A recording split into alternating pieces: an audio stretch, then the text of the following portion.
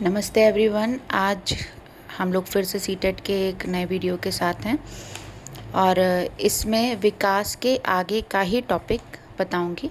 आप में से बहुत सारे लोग ये गलती करते हैं ये सोचकर कि हम सीधे एमसीक्यूज सॉल्व कर लें और फिर उससे क्या होगा कि हम क्रॉस कर लेंगे इजीली।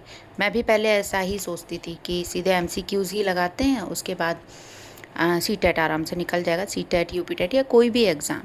लेकिन जब तक हम किसी चीज़ के बारे में डीपली नहीं पढ़ते हैं हमें प्रॉपर समझ में नहीं आता है।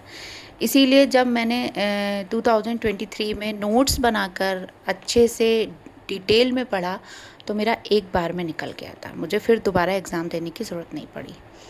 इसलिए अगर नोट्स आप बनाएंगे, इन नोट्स को कॉपी करेंगे या आप अपने आप भी नोट्स बनाकर पढ़ते हैं तो आपको ज़्यादा समझ में आता है। इसीलिए नोट्स बनाने के बाद फिर एमसीक्यूज हम लोग सॉल्व करेंगे।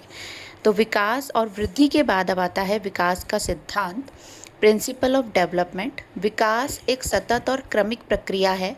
बाल विकास के प्रमुख सिद्धांत निम्न हैं।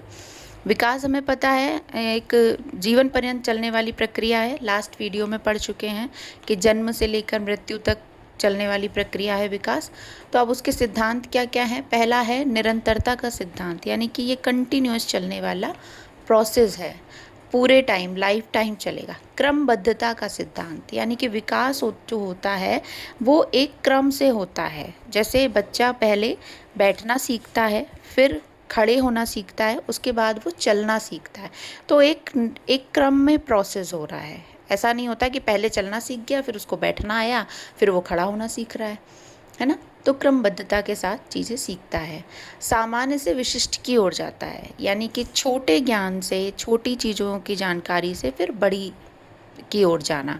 जैसे बच्चा पहले हाथ की उंगलियां देखता है, उनको घुमाना सीखता है, पहले उनको चलाना सीखता है, उसके बाद वो सामान को पकड़ना सीखता है ना। तो सामान्य से विशिष्ट की ओर जाता है। सिर से पैर की ओर, ये दिशा वाला प्रोसेस है, यानी कि दिशात्मक सिद्धांत में आता है ये। सिर से पैर की ओर पहले हमारे ऊपरी भाग का की ग्रोथ होती है, उसके बाद हमारे निचले हिस्से की ग्रोथ होती है, यानी कि पैरों के हिस्सों की ग्रोथ होती है। व्यक्तिगत भिन्नता का सिद्धांत। व्यक्तिगत विभिन्नता क्या है? हर व्यक्ति में विकास अलग अलग होता है। जैसे हम सब जानते हैं हर किसी की पर्सनालिटी अलग होती है, सबकी सोचने समझने की क्षमता अलग अलग होती है। कोई जल्दी समझ जाता है किसी बात को समझने में किसी को बहुत देर लगती है, या उतना टाइम नहीं लगता जितना दूसरे व्यक्ति को लग रहा है। तो ये व्यक्तिगत विभिन्नता का सिद्धांत है। लेकिन विकास सब में चलता है, अलग अलग चलेगा, लेकिन विकास सबके ही जीवन में कंटिन्यूअसली चलता है। एकीकरण का सिद्धांत। एकीकरण का सिद्धांत होता है कि हम चीज़ों को कैसे समझ रहे हैं, पहले हम चीज़ों को कैसे जोड़ रहे हैं।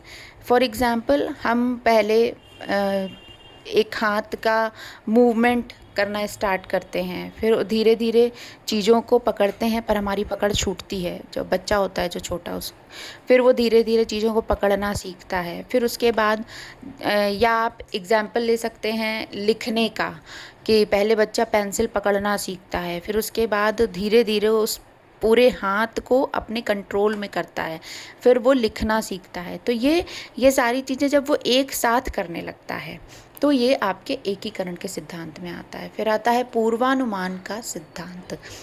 जैसे एक पहले से ही बता देना, कुछ चीज़ों को प्रिडिक्ट कर देना। कैसे?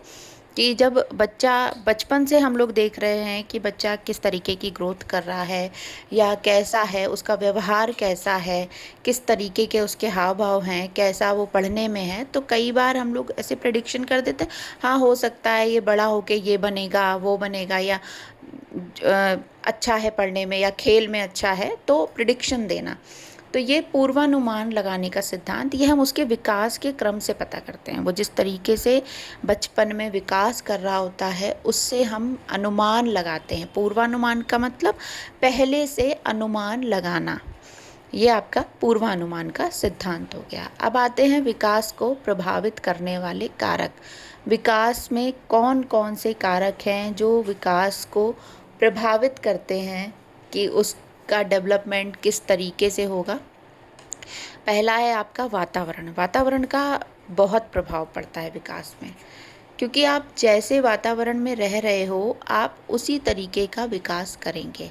मान लीजिए एक बच्चा है जो बहुत एक ऐसी फैमिली में रह रहा है जो बहुत अच्छे से बात करती है, बहुत ढंग से वेल मैनर्ड तरीके से रहना, एटिकेट्स के साथ रहना।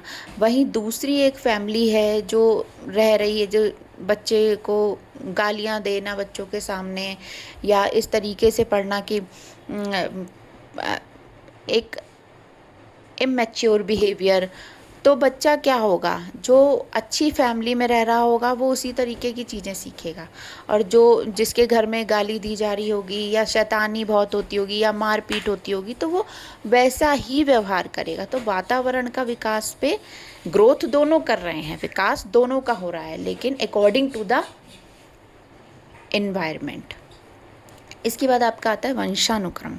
वंशानुक्रम भी बहुत इम्पॉर्टेंट है। हमारे पेरेंट्स से जो हमें मिलता है उसके हिसाब से भी हमारा विकास होता है। हम किस तरीके से ग्रोथ करेंगे, हमारी पर्सनैलिटी कैसी होगी, ये बहुत ज़्यादा वंशानुक्रम पर डिपेंड करती है। हमारी बुद्धिमत्ता भी हमारे पेरेंटल उसमें कई हद तक महत्व रखती है। पोषण, अब आप विकास तो हो रहा है लेकिन हमें अच्छा खान पान नहीं मिल रहा है, हम बहुत अच्छा हेल्दी फूड नहीं ले रहे हैं, तो उस हिसाब से विकास नहीं होगा जिस हिसाब से होना चाहिए। इसके बाद आता है आपका परिवार। परिवार सेम है, जैसे आप किस वातावरण में हैं, सेम एज आप जिस तरीके के परिवार में रहते हैं आप उस परिवार के हिसाब से आपका विकास होता है। स्वास्थ्य, विकास में स्वास्थ्य का भी बहुत इम्पॉर्टेंट रोल है, क्योंकि अगर आप हेल्दी नहीं होंगे तो आप विकास उस तरीके से नहीं कर पाएंगे। फॉर एग्ज़ाम्पल, एक बच्चा हर समय बीमार ही रहता है और उसका फ्रेंड बिल्कुल हेल्दी है जिसे कोई प्रॉब्लम नहीं होती है, तो जाहिर सी बात है वो पढ़ने में अपना कंसंट्रेट करेगा, वो बाकी एक्टिविटीज़ में अपना कंसंट्रेट कर लेगा। लेकिन जो बच्चा बीमार है वो पहले खुद को ही संभालता रहेगा, तो वो उस तरीके से विकास नहीं कर पाएगा। तो विकास का स्वास्थ्य का बहुत महत्व होता है विकास पर। फिर विद्यालय एवं शिक्षा और शिक्षक। विद्यालय, जैसे आप सरकारी स्कूल में पढ़ रहे हैं, अभी भी बहुत से सरकारी स्कूल ऐसे हैं जिनमें बस पढ़ाई के नाम पे ठीक है एक फॉर्मेलिटीज़ हो जाती हैं, और कुछ जो बहुत अच्छे स्कूल में, प्राइवेट स्कूल में भी पढ़ रहे हैं, तो भी बहुत अच्छे प्राइवेट स्कूल में पढ़ रहे हैं, तो उनका वे ऑफ टॉकिंग, उनकी नॉलेज, उनकी सारी चीज़ें डिफरेंट होती हैं एक नॉर्मल स्कूल में पढ़ने वाले बच्चे से। हिंदी मीडियम में पढ़ने वाले बच्चे से इंग्लिश मीडियम में पढ़ने वाला बच्चा डिफरेंट होता है। तो विद्यालय का और शिक्षक की भूमिका इसलिए भी बहुत ज़रूरी होती है विकास में, क्योंकि आप जिस तरीके से शिक्षक पढ़ाता है उससे बच्चे को कितना समझ में आ रहा है, उसको उसका विकास किस तरीके से हो रहा है, ये भी बहुत ज़रूरी है। अगर बच्चे के सभी प्रश्नों का उत्तर एक शिक्षक नहीं दे पा रहा है तो क्या वो उस तरीके से ग्रोथ करेगा, वो वहीं उसी बात में सिमट के रह जाएगा। फॉर एग्ज़ाम्पल, किसी बच्चे ने पूछा कि इस प्रश्न का क्या उत्तर है, या तो शिक्षक ने उत्तर दिया, बहुत शॉर्ट फॉर्म में दिया और बच्चे को नहीं समझ में आया, तो फिर वो कई बार होगा कि वो नहीं पूछ पाया, वो नहीं पूछ सकता या डर की वजह से नहीं, तो उसका विकास उतना अच्छा नहीं हुआ। फिर आपका आता है परिपक्वता एवं अधिगम। परिपक्वता यानी कि मैच्योरिटी और लर्निंग की बात की जा रही है।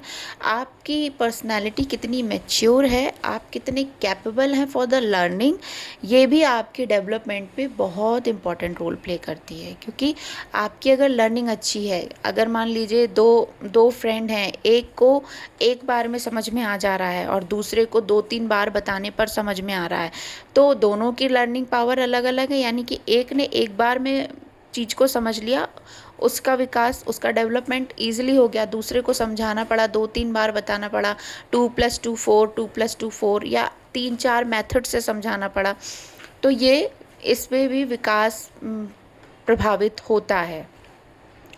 इसके बाद है संवेगात्मक स्थितियाँ। संवेगात्मक लास्ट वीडियो में भी जैसे बताया था कि संवेगात्मक यानी कि इमोशनल जो सिचुएशंस होती हैं आपकी, इमोशनल आप कितने हैं, आपके इमोशंस कितने कंट्रोल में हैं, ये भी हमारे विकास पे बहुत महत्वपूर्ण योगदान देते हैं।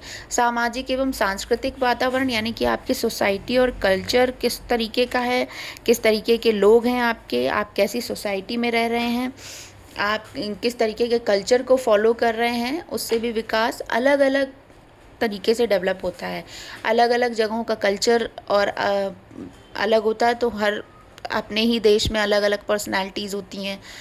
उसके बाद आर्थिक स्थिति, ये मेरे हिसाब से मुझे ये सबसे इम्पॉर्टेंट लगता है, क्योंकि अगर आप फाइनेंशियली स्ट्रॉन्ग नहीं हैं तो आपका बहुत सारी चीज़ों में विकास रुक जाता है। फाइनेंशियली इसलिए क्योंकि फर्स्ट ऑफ ऑल आप पोषण उतना अच्छा नहीं दे पाते हैं, आपका परिवार उस हिसाब से ग्रो नहीं करता है, आप उतना हेल्दी नहीं रह सकते, या हेल्थ के लिए आप उतना खर्च नहीं कर सकते। तो जिनकी आर्थिक स्थिति बहुत अच्छी होती है वो कंपैरेटिवली ज़्यादा ग्रो करते हैं नॉर्मल लोगों से। फिर आपका आता है बुद्धि। बुद्धि जो है उसका भी विकास पर बहुत प्रभाव पड़ता है। हम मेंटली कितने स्ट्रॉन्ग हैं, हमारी आईक्यू कितनी है, उसके अकॉर्डिंग हम किस हिसाब से ग्रोथ करेंगे। हम जितना आईक्यू हमारा अच्छा होगा हम विकास उतने अच्छे से कर लेंगे। तो ये विकास को प्रभावित करने वाले कारण थे। इसके बाद आता है आपका वंशानुक्रम और पर्यावरण। वंशानुक्रम यानी कि हेरिडिटी, जो हमें माता पिता से जो गुण प्राप्त होते हैं, जन्मजात गुण होते हैं, वो हमारे वंशानुक्रम में आते हैं। जैसे आपका आँखों का रंग हो गया, आपकी स्किन का कलर हो गया, आपकी फिज़िक हो गई, आपकी हाइट हो गई, और आपकी मेंटल लेवल किस तरीके का है, ये भी बहुत हद तक हमारे पेरेंट्स पे डिपेंड करता है। तो ये सारी चीज़ें हमारी वंशानुक्रम में आती हैं। इसके बाद आता है पर्यावरण।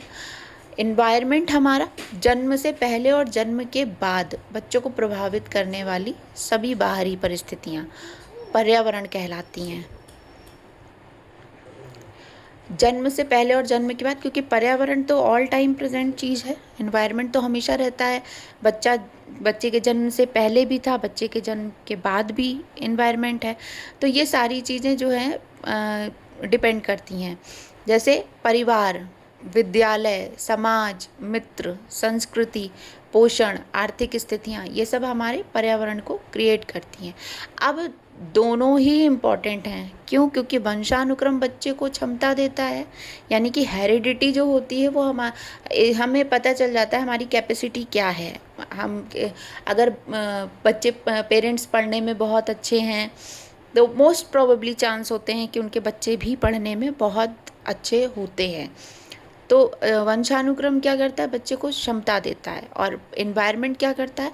पर्यावरण उस क्षमता का विकास करता है। विकास कैसे करता है? परिवार मान लो पढ़ने में बच्चा बहुत अच्छा है, बहुत इंटेलिजेंट है, लेकिन परिवार में कोई सपोर्ट नहीं कर रहा है, कोई ध्यान नहीं दे रहा है, किसी को कोई मतलब नहीं है, ना उसे कोई सिखाना चाह रहा है, ना पढ़ाना चाह रहा है, तो बच्चा कितना भी तेज हो वो उस हिसाब से ग्रोथ नहीं करेगा, उसका विकास वैसा नहीं होगा। लेकिन वहीं अगर अच्छे स्कूल में जा रहा है, फैमिली अच्छी है और सोसाइटी अच्छी है, अच्छे हमारे पड़ोसी बहुत अच्छे हैं, फ्रेंड्स बहुत अच्छे हैं, तो ऑब्वियस सी बात है वो बच्चा बहुत अच्छे से ग्रोथ करेगा, उसका फ्यूचर ब्राइट होगा। तो ये था आपका पर्यावरण और वंशानुक्रम। ये बाल विकास के इम्पॉर्टेंट टॉपिक थे जो कंप्लीट हो गए। इसके बाद नेक्स्ट टॉपिक स्टार्ट हो जाएगा वाइगोत्स्की वगैरह का। तो प्लीज़ नोट्स बनाइए, पहले नोट्स को अच्छे से तैयार करिए, उसके बाद MCQs लगाइए, जिससे आपको पढ़ने में भी आसानी होगी। और सिर्फ आप क्वेश्चन से ही नहीं, आपको फिर कैसा भी क्वेश्चन आए आप आसानी से उसका आंसर दे सकते हैं अपनी सूझबूझ के साथ। फिर आंसर गलत होने के 90% चांस कम होते हैं। वीडियो पसंद आया हो तो प्लीज़ लाइक करें, शेयर करें, सब्सक्राइब करें। Thank you.